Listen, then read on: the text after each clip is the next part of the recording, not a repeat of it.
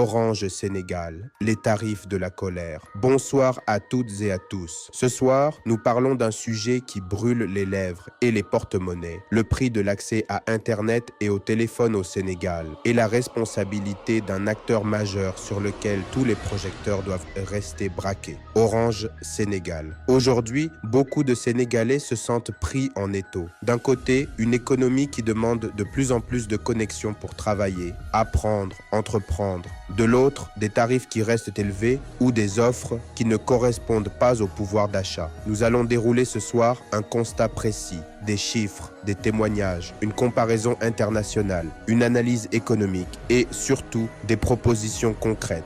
Et un message clair pour Orange. Respectez vos clients. 1. Qui est Orange au Sénégal? Un opérateur historique et dominant. Pour comprendre la situation, il faut d'abord poser les faits. Au Sénégal, l'opérateur historiquement lié au réseau national s'appelle Sonatel, filiale du groupe Orange. C'est l'opérateur historique. Il a structuré le réseau, investi dans la fibre, lancé les services mobiles et porté le développement numérique du pays depuis des décennies. Sonatel opère sous la marque Orange et reste le leader du marché avec une part majoritaire, plus de la moitié des abonnés mobiles du pays. Ce leadership s'accompagne d'un avantage décisif, une couverture réseau étendue, la 4G, et aujourd'hui des offres fibres pour les ménages et les entreprises. Mais ce rôle dominant implique aussi une responsabilité sociale et économique. Lorsque l'opérateur leader fixe le niveau des prix, c'est toute la population qui en subit les conséquences. 2. Le constat factuel. Combien coûtent les données chez Orange Sénégal? Entrons dans le concret. Sur le site officiel d'Orange Sénégal, on trouve des passes internet mensuelles.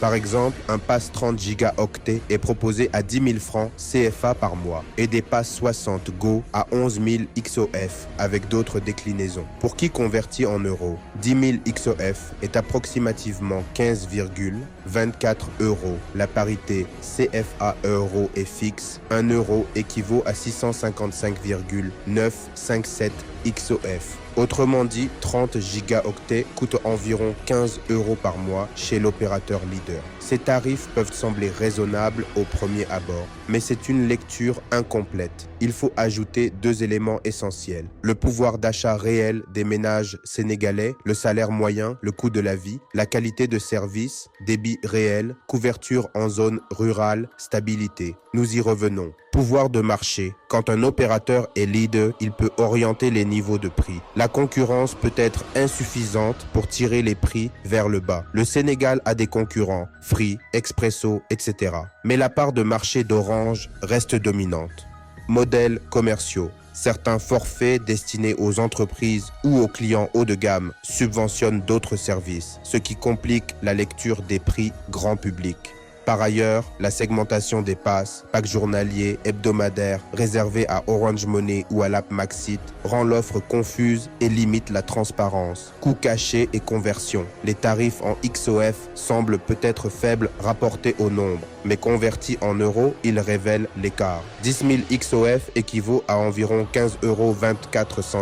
25 000 XOF équivaut à environ 38 euros, etc. Pour une famille dont le revenu disponible est faible, ces montants pèsent lourd. 6. Conséquences concrètes sur la société. Les conséquences d'un accès trop cher ou insuffisant à Internet sont massives.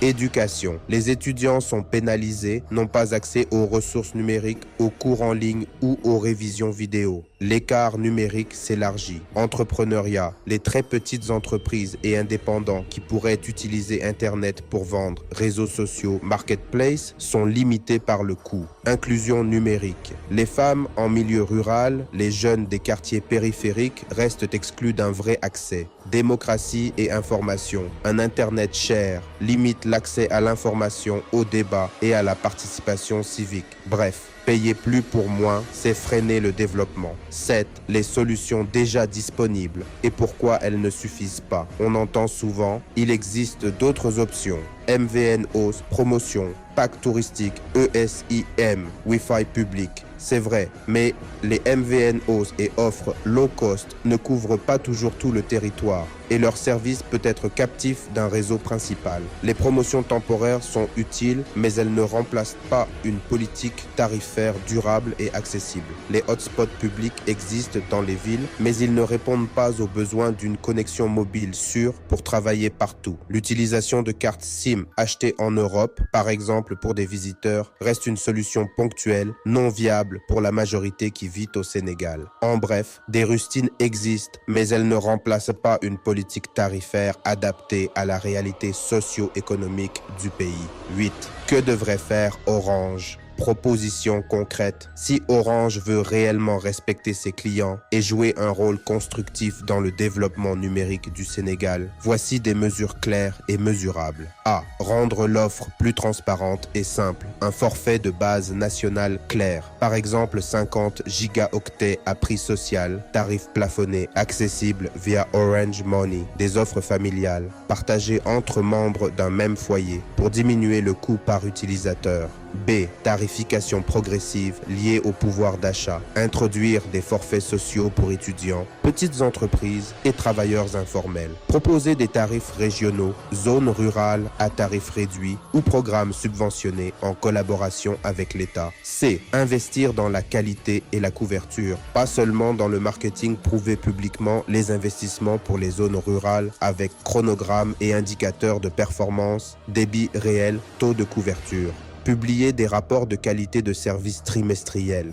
D. S'engager dans des partenariats publics-privés, cofinancer des programmes d'accès dans les écoles, centres de santé et marchés. Travailler avec la Banque mondiale, l'Union africaine ou d'autres bailleurs sur des projets d'inclusion numérique. E. Baisser les tarifs interconnectés et revoir les marges transparentes sur les coûts. Comment sont réparties les marges entre infrastructures, services et marketing? Réviser les tarifs pour rapprocher le coût de l'utilisateur du coût réel du service, avec marge raisonnable. Ces mesures ne sont pas des cadeaux. Ce sont des investissements sur le long terme qui agrandissent la base d'utilisateurs, stimulent l'économie et fidélisent la clientèle.